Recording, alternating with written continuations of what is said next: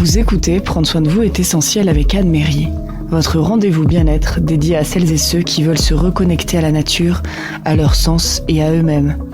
Au programme, des conseils pratiques, des découvertes d'huiles essentielles, des recettes naturelles et des clés pour prendre soin de votre corps, de votre esprit et de votre équilibre intérieur.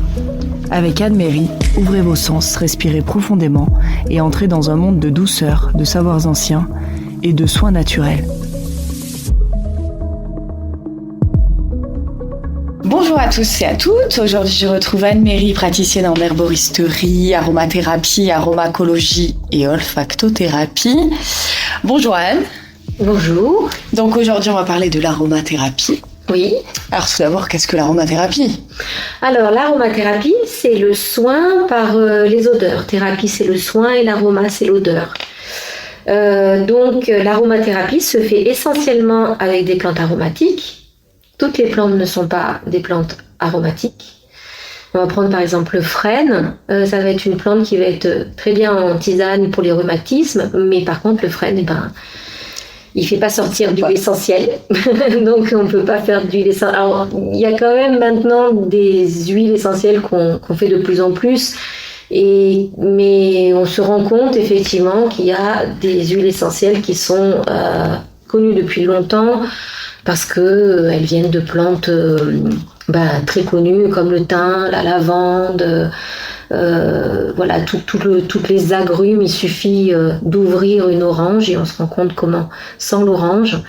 Donc l'aromathérapie, c'est ça, c'est se soigner avec les huiles essentielles et les hydrolats qui sont à côté. Ce sont des eaux florales.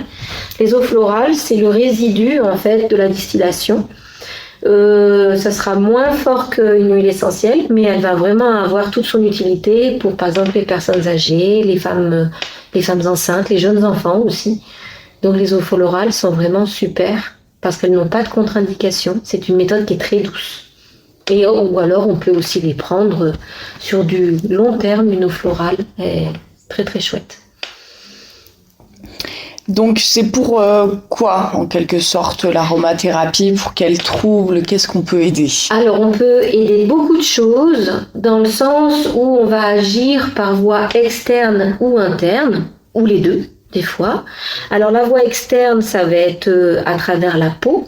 On va faire essentiellement des massages.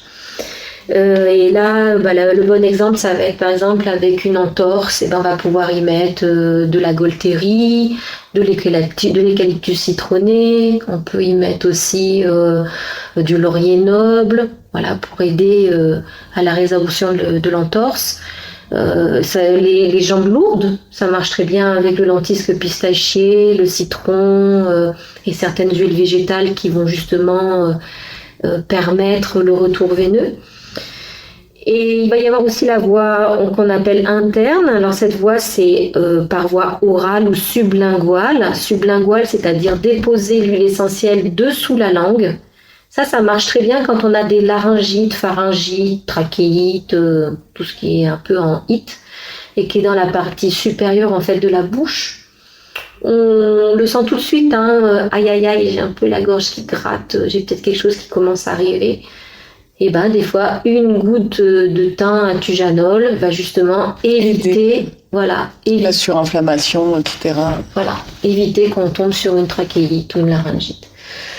Et puis, la voie orale plus profonde, c'est mélanger de l'huile essentielle dans une huile végétale, puisque en fait, l'huile essentielle est composée de corps gras.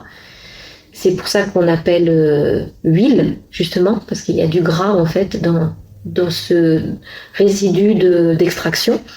Et en fait, on le dépose dans de l'huile végétale, donc dans une huile d'olive.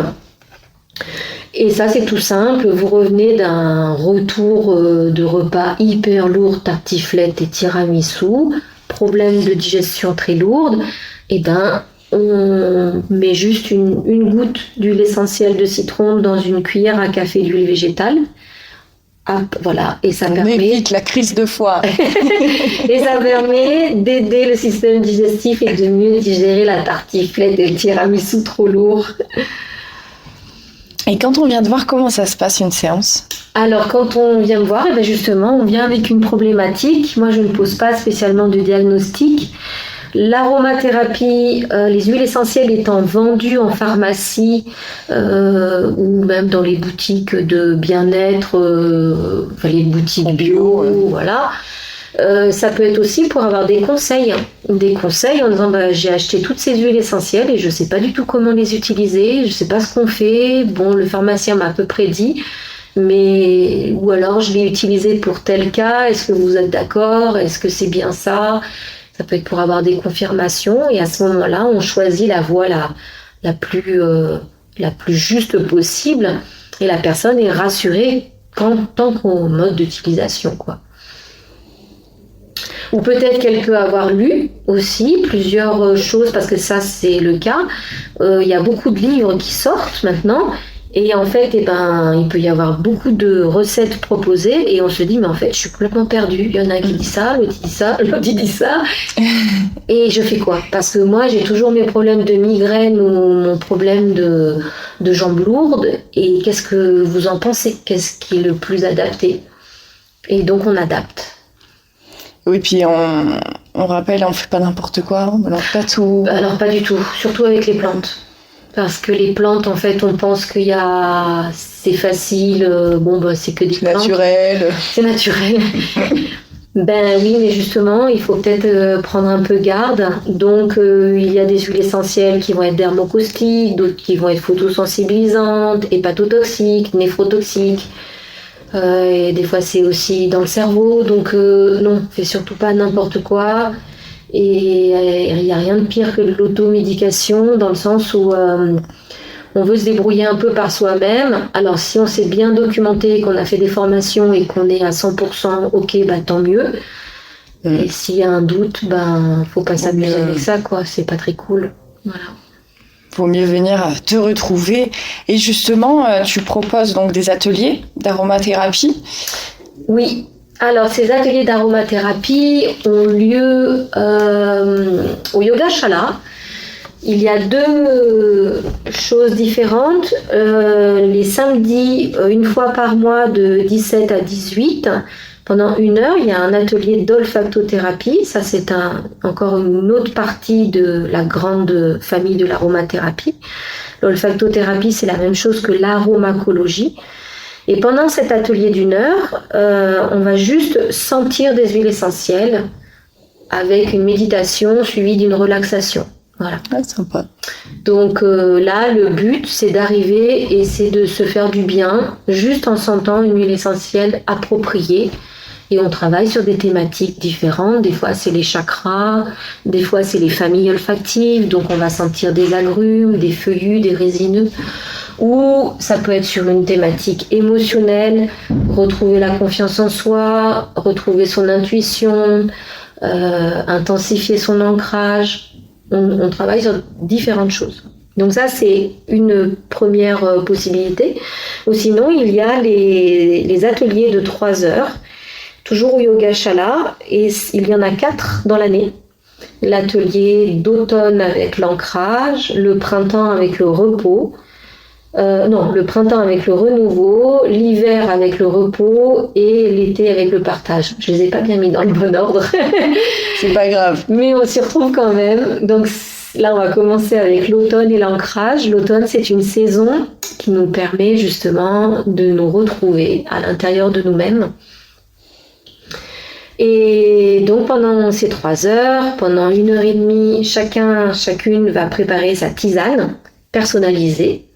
Moi, j'amène les plantes, voilà, les sacs de plantes, et chaque participant repart avec sa tisane personnalisée, et donc aussi avec les fiches pédagogiques qui vont, parce qu'il y a des plantes qui vont peut-être correspondre à une personne et puis qui correspondront peut-être pas avec une autre personne. La tisane, l'huile de massage, donc l'huile de massage qui correspond à ce dont on a besoin. Des fois, l'automne, c'est peut-être le moment où il va y avoir les douleurs articulaires qui vont revenir. Donc, il y en a, ça sera peut-être plus le lumbago, la sciatique ou les tendinites. On n'est pas tous constitués de la même manière, donc j'adapte un petit peu les huiles de massage qu'on fabrique. Donc ça, c'est la partie fabrication. Et puis ensuite, on prend une petite tasse de thé, on se pose, on fait un petit break et on passe à la partie de la pratique parce que le Yoga Shala a une super salle. Et pendant cette pratique, on va faire des automassages du visage, des mains, des pieds, des exercices respiratoires et on finira par une méditation aromatique et une relaxation. Donc les 3 heures passent très vite. Très vite. Mais comment on arrive à choisir ce qui nous correspond? Alors, ça c'est... Alors, entre les ateliers ou... Par exemple, pour sa tisane, même dans l'aromathérapie, oui. Tu es de grands conseils, mais quand on arrive, par exemple, pour sa tisane, il y a une grande diversité de plantes, comment on arrive à... Est-ce que c'est l'odorat ? Oui. Qui va vraiment jouer, nous attirer là-dessus. Moi, je propose en général, j'arrive toujours entre 3, 5 plantes, 7 maximum, mais 7, ça fait déjà des fois beaucoup, mais j'arrive avec 5 plantes. Et avec les fiches, on voit donc les différentes possibilités des plantes, qu'est-ce qu'elles vont faire. Il y en a qu'on va appeler des panacées, comme le cassis et l'ortie, qui font énormément de choses. Puis il y en a d'autres qui vont être beaucoup plus spécifiques, comme le saule, qui va être un grand anti-inflammatoire. Et là, du coup, si on veut se concocter sa tisane, il y a quand même une thématique, parce que comme je disais, à l'automne, on travaille sur des thématiques plus spécifiques, donc des problèmes d'articulation, de mouvement au niveau du corps, et puis des plantes qui vont permettre justement le retour à soi, le retour dans sa maison intérieure, qui vont nous permettre de nous ancrer, davantage de revenir en nous-mêmes. Donc je propose les plantes et puis peut-être qu'une personne va repartir qu'avec une tisane de saule ou de reine des prés. Peut-être une autre va repartir avec de la reine des prés, de la mélisse et puis du frêne. En fait on en discute pour que chacun justement reparte avec ce qui lui convient. Le but c'est vraiment ça, c'est de voir ces plantes et de se dire j'ai le choix entre 5 plantes. Elle nous a donné toutes les possibilités et cette tisane, elle est pour moi. Qu'est-ce que j'ai besoin aujourd'hui, à l'instant T? Qu'est-ce que dit mon corps? Qu'est-ce que dit ma tête? Et voilà, chacun repart avec sa tisane et pareil avec son huile de massage. Sur quoi j'ai besoin de travailler? Est-ce que j'ai plus envie de me détendre et de faire une huile de massage pour le soir? Ou au contraire, une huile de massage pour démarrer la journée et stimuler mes surrénales, au contraire parce que je suis tout rouillée, j'arrive pas à sortir du lit. Oui. Donc il y a des possibilités différentes et les huiles essentielles se sentent et les huiles essentielles s'utilisent pareil avec précaution. Donc là il y a des dosages à suivre suivant les systèmes avec lesquels on travaille. Oui, selon qu'on soit un homme, une femme, un enfant. Les dilutions ne seront pas les mêmes si on est sur le système nerveux et puis si on travaille sur un lumbago, si on va aller décrocher de la cellulite. Okay. Donc les dilutions ne sont pas les mêmes. Et on peut te retrouver aussi si on veut une séance... pareil, à mon cabinet, oui, une séance individuelle. Donc, il peut y avoir une séance en aromathérapie ou une séance en aromacologie, olfactothérapie, qui là ouvre un grand chapitre, puisque l'aromacologie ou olfactothérapie, on va arriver dans ce module, dans cette proposition, à travailler sur la gestion de la douleur, la gestion des addictions, des petites addictions, donc le tabac et le grignotage, et la gestion, on va plus parler la guérison des 5 blessures de l'âme. Voilà. Et il y a aussi une autre partie qu'on fait en olfactothérapie, c'est la rééducation olfactive. Il y a des gens avec le Covid qui ont perdu l'odorat et il y en a qui, même sans le Covid, ils ont quand même perdu l'odorat. Et avoir son odorat, c'est quand même un sacré luxe. Parce que perdre son odorat, c'est vraiment embêtant. Donc là, pareil, il y a un protocole à respecter. Et donc, je propose des séances de rééducation olfactive. Du coup, ce sera notre prochaine émission. Merci beaucoup, Anne. Et on rappelle qu'on peut te retrouver aussi sur les réseaux, Facebook, on peut te retrouver... Alors sur mon site sur internet, oui, parce que annemairie.com. Annemairie.com, parce que justement, j'arrive pas à sauter le pas du Facebook. Mais je remercie tous les gens qui sont autour de moi et puis qui me proposent, comme toi, des interviews radio, parce que ils viennent me chercher et c'est toujours un plaisir de discuter avec eux, de partager avec eux.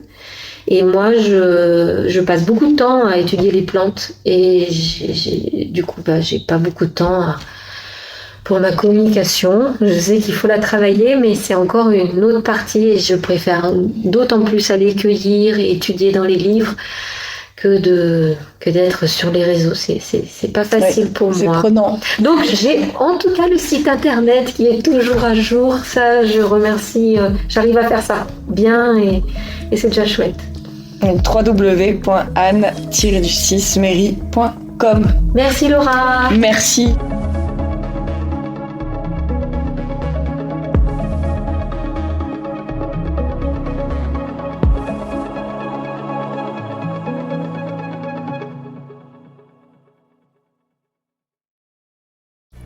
Salut! Est-ce que tu aimes notre travail? Si c'est le cas, n'hésite pas à nous laisser des tips ou un don directement depuis le site www.ktbradio.org. On compte sur toi. Merci beaucoup et bonne écoute. KTB Radio, la radio du peuple.